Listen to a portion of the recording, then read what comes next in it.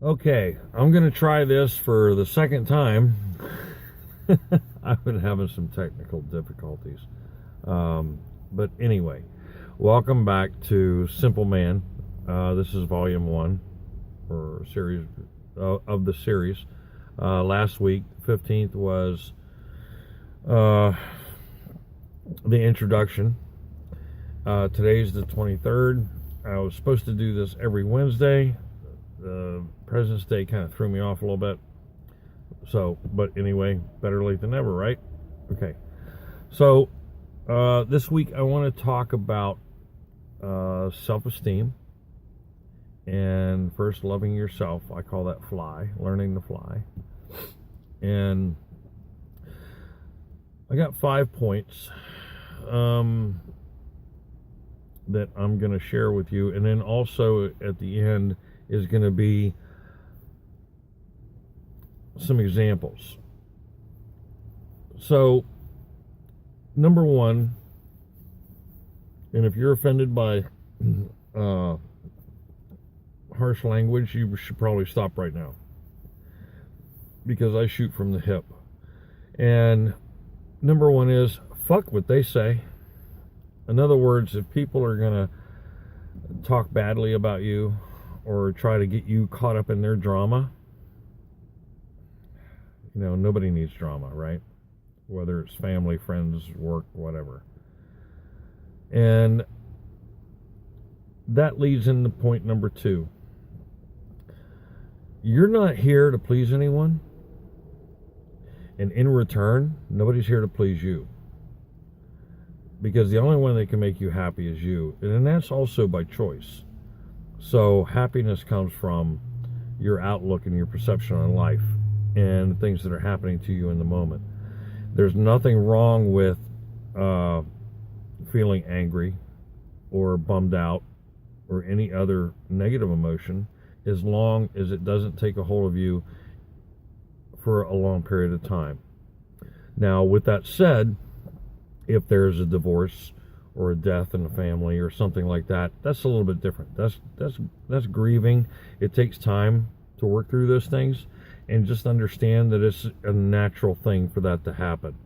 And you can't say how long that is for any individual. But in the holistic community, it's wonderful because there are people out there that can help you with that in one way or another. Number 3 is, what someone says or thinks about you is none of your business. In other words, if you just block them out, whether it's good or bad, I can't remember exactly which band it was, but they said that they don't listen or read critic reviews. And the reason is because if they listen to the good, they got to listen to the bad too. And they would rather not. Yeah, so why, right? Number 4 is, there will always be someone out there that won't like you. Just plain won't like you. They won't agree with you. They want to control you or change you in some way. And again, that is probably because they're hurting inside and they want to have some kind of control. If they can't control their own life, they're going to want to control you in one way or another, or other circumstances in their life.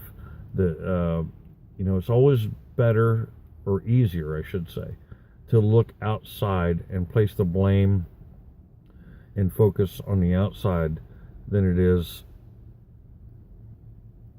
to focus on yourself and look in. And that's a pretty difficult thing to do if you're not taught how, or you don't want to. And that's what a lot of people are, where they are. They just don't want to. It's much easier because they don't want to face themselves. Number 5 is just smile and look at them and say, so what? That's your opinion. It's all good. I don't have to agree with it. Now, with all of those things that you're doing is you're setting healthy boundaries for yourself. This can be in love relationships, it can be through work, or actually every relationship that you have. Because when you fly, when you first love yourself, you're putting yourself above everyone else. And that, if you want to call it narcissistic, go right ahead. They call you arrogant, they call you stuck up, conceited, whatever else. But the thing about it is, my well-being is what gives me the advantage and gives me the power and ability to help other people. People who are so-called givers are normally the ones that have such a low self-esteem that they're giving from a place of being half or full empty. In other words, like my mom used to tell me, you can't love someone until you love yourself. Straight up. You know? So think about that. You cannot love someone unless you first love yourself. Now, the sixth thing that I wanted to mention was a few people that I find very instrumental in my life. Examples that are leaders that are successful. One of them being Einstein. I just seen something today, as a matter of fact, where they said that one of his theories was proved correct. Well, yeah, duh, okay. But they told him that he was basically the equivalent back then of ADHD, that he couldn't learn, he couldn't pay attention, and so on and so forth. Well, we know how that turned out. Thomas Edison, two things about him. One, he was literally kicked out of school. They sent a letter to his mother and told him not to return to school because they felt that he was just basically too stupid. And his mom, God bless her, wrote in her diary, I guess, and Edison found out later, was he was confused and couldn't understand why he couldn't go to school. And his mom basically said, well, son, they feel that you're too smart and that you don't need to go to school. Now imagine what that did for that kid. It gave him an air of higher self-esteem. So much so that when they interviewed him and said, Mr. Edison, you failed 1,000 times at creating the light bulb. And his response was, no, there were 1,000 steps in order to make a successful light bulb. So you see, it's all about perception. Setting healthy boundaries for yourself, building up your self-esteem, and loving yourself into a point where nothing can hold you back, nothing can slow you down, and nothing damn sure can't stop you. Henry Ford. The man went bankrupt 5 times before he became successful. Steve Jobs quit college because it just didn't do anything for him, but spent the next 18 months going to classes at that same university,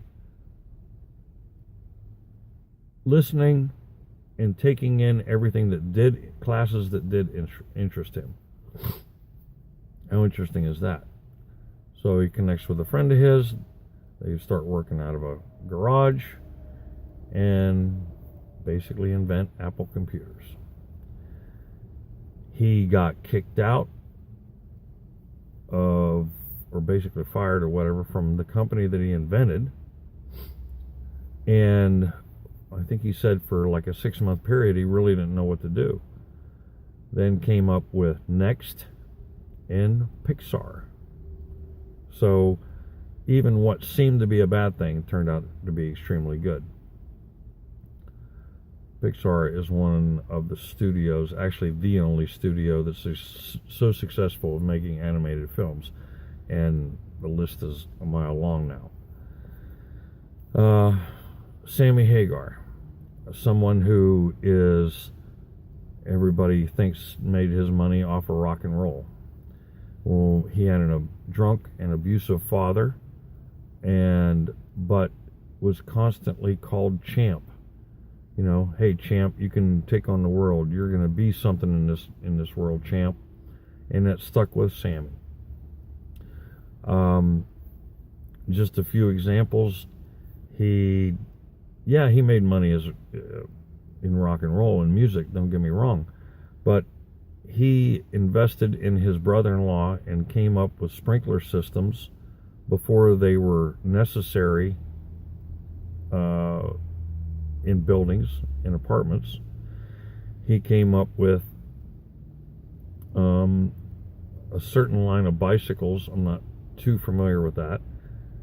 He came up with Cabo Wabo tequila, sold that company after being pestered for years for over $100 million. And he really didn't want to get rid of it because he liked it. And now he has Sammy's Beach Bum Rum. And again, they were all unique experiences, things that he felt was right and just went with it.